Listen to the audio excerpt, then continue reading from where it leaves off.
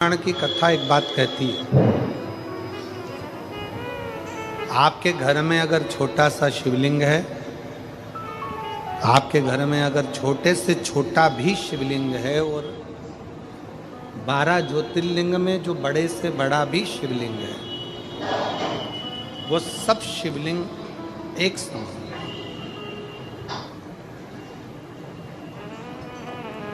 अगर आप भगवान शंकर को एक लोटा जल अपने घर में समर्पित कर रहे हो, मंदिर में जाकर समर्पित कर रहे हो, या कहीं ज्योतिर्लिंग में जाकर समर्पित कर रहे हो, या उपलिंग पर जाकर समर्पित कर रहे हो, उप ज्योतिर्लिंग में पहुंच रहे हो, फल प्राप्त जरूर होता है, फल मिलता जरूर। तो उसका एक पत्र है, देखिए, मुख आपूज्य हो। ब्रह्मा जी झूठ पर झूठ बोल रहे हो। शंकर भगवान के शिवलिंग में से भगवान शंकर का प्रतिबिंब प्रकट होता है और भगवान शंकर अपने पैर के अंगूठे से नख तोड़कर उससे काल भैरव को प्रकट करते हैं और काल भैरव को प्रकट कर कर काल भैरव को आज्ञा कर देते हैं कि जाओ, जाकर ब्रह्मा जी का शीश काट दो। ब्रह्मा जी का शीश कटकर बहुत कोसों दूर गिरता है। ब्रह्मा जी के कटे हुए शीश से कर्मनाशा नदी प्रकट हो जाती है, जो नदी कर्मों का नाश कर देती है। उनके रक्त से प्रकट हो, उनके रक्त से कर्मनाशा नदी प्रकट हो। भगवान विष्णु ने भगवान शंकर जी से प्रार्थना करी कि प्रभु, ये जो ब्रह्मा जी का सिर कट कर नीचे गिरा है, इससे लोग नफरत करेंगे, आप कृपा करो। तब भगवान ने कृपा करी और कहा कि ब्रह्मा जी का कटा हुआ शीश बट का पेड़ बनेगा, बट वृक्ष बनेगा, और उस बट वृक्ष के नीचे भगवान शंकर स्वयं विराजमान होंगे और शिव जी का नाम बटकेश्वर महादेव। बोलो बटकेश्वर महादेव की। भगवान शंकर का नाम बटकेश्वर हो गया।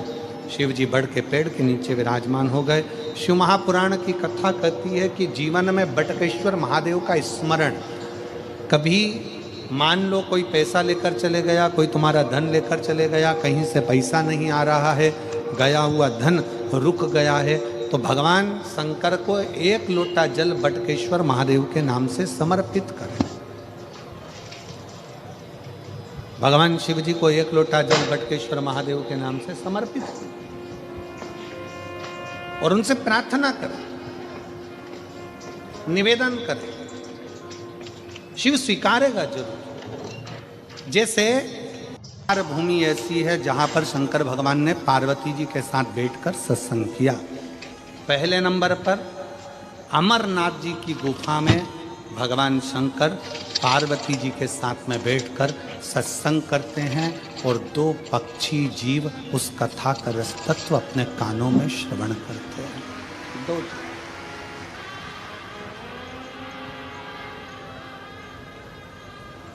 अमरनाथ की गुफा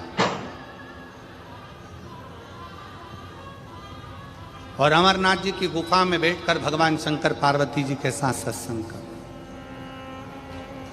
भगवान शिव पार्वती के साथ सत्संग।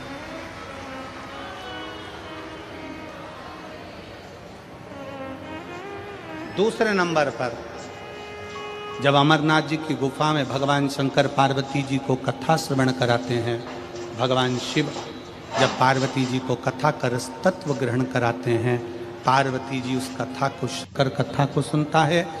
दूसरे नंबर पर है काशी विश्वनाथ की भूमि। उस काशी विश्वनाथ की भूमि पर गंगा जी के तट पर जब भगवान शंकर पार्वती जी के साथ बैठते हैं तो सारे ऋषि, संत, साधु, तपस्वी, सन्यासी भगवान शंकर के सत्संग को श्रवण करते हैं। तीसरे नंबर पर है महाकाल वन। महाकाल वन में जब भगवान शंकर पार्वती जी के साथ बैठकर सत्संग करते हैं तो शंकर के सारे गण और सारे भैरव भगवान शंकर की उस पवित्र कथा को 64 योगिनियों के साथ श्रवण करते हैं।